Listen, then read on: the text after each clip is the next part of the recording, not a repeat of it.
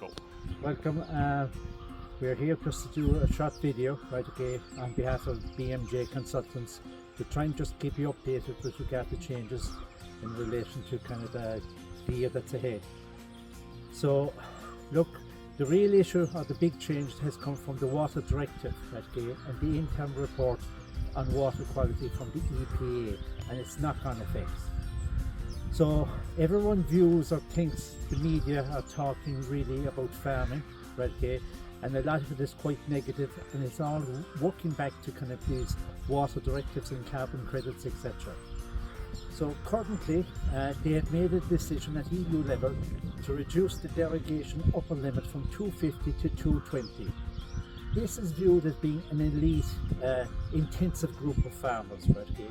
But it's not quite simply that, right, okay? As part of the changes as well, there's impacts on grassland farmers right down to kind of stocking levels of 130 kilos of organic N per hectare.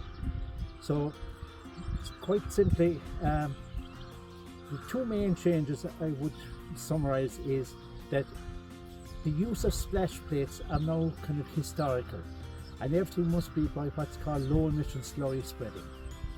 The other main change is phosphorus as a fertiliser type can't really be purchased unless soil samples show that it is needed. So the simple rule I'd put, right, okay, would be that the tillage farmer, again, right, okay, he can't use phosphorus unless the soil sample shows it. So in his case, growing cereals without a compound in the seedbed preparation would be regarded as madness, okay? So the other sector that that's the other third sector. So you view the intensive dairy farmer who has an impact got already. The guys that are from 130 upwards to 170 have an impact got as well. And the tillage farmers are as well going to kind of feel the impact this year. The whole thing then is revolving around the fertiliser register database that's accredited and operated by the Department of Agriculture. So you can't buy now, going forward, fertiliser without giving your HERB number. So your total purchases for the year will be recorded. In addition to that, your crops grown will be declared by you in your BIS application, and the CMMS will actually provide them with your stocking rate. So early 2025, all these pieces of the jigsaw will come together and will aid the department in determining whether you're kind of compliant or not. We view then, right, okay, the Department of Agriculture as being the big bad dog, right, okay? But like the other ground changing thing that has happened is the local authorities have been drawn in, and they are doing extensive catchment area farm surveys to focus in on farmyards in particular. And the other body that have been brought in are kind of crops. Crops have dedicated staff now to kind of, let's say, visit milk production yards in particular and assess their kind of compliance element. So the pinchers is really at a different level, I think, for 2024, and we need to be aware of it. So that's how the whole thing will be implemented.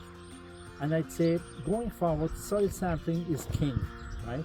You can't do anything in terms of effective farming without having soil samples. And David is here and he'll give you an outline as to how to do the soil sampling. But a very simple message it would be, right, okay, your soil samples should be 2022 or onwards from an age point of view. And you do one soil sample per 10 acres of common cropping. So I'll just leave David now go through the general principle of soil sampling.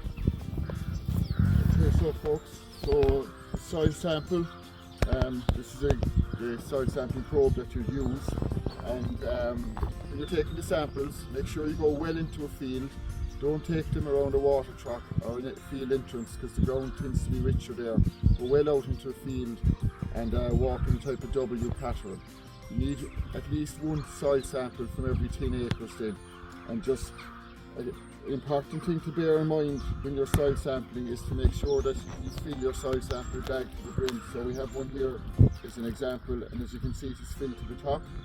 So in order to achieve that, you probably need to fill the hopper here twice.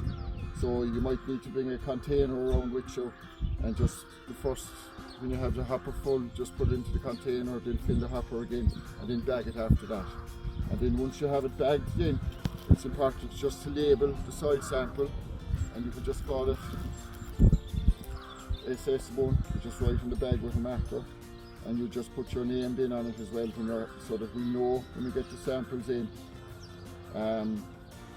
who they're from and what the soil sample number is. So just have a label there with just the name and the soil sample number, and just maybe to mark out in a map on one of your satellite area aid maps where the soil sample came from, so you'll be able to relate it back when you get your results. The ideal time to take soil samples in is at least 3 months after the last fertiliser or slurry application, because they'll give you the most accurate results. If you go too close to a slurry or fertiliser application, the samples are likely to come back showing a high P and K content, higher than what it would actually be. Okay?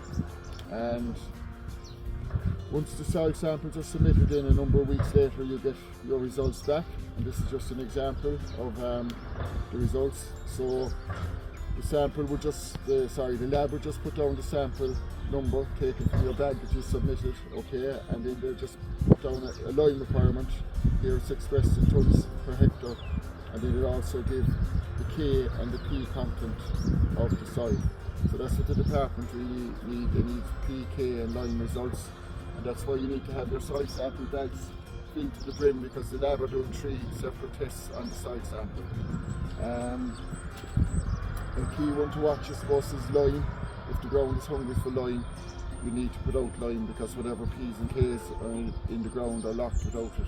And lime application is compulsory then for anyone who's in a nitrates derogation, or if you're over the 170 kg and the exporting slurry, you also need to put out lime. So they're the basics of the soil sampling, I suppose. I suppose the key take-home messages are: go well into the field, walk in a W pattern, and make sure you have the bags filled, and it's 1 soil sample from every 10 acres there. Just to conclude there, soil sampling, the key nutrients that are spoken of are P and K, phosphorus and potassium. So under all the EU legislation, there's no limits on the potassium. The limiting nutrient is phosphorus, okay? And another nutrient that's always forgotten about is lime. So a lot of the regulation changes that are being enforced upon us puts us in a new dilemma with regard to liming as well.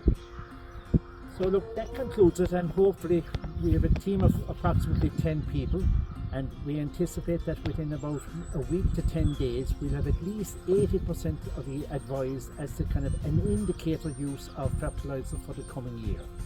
When it comes to determining your use of fertiliser for the coming year, we need your previous fertiliser usage pattern of 2023 to determine if you've got closing stock.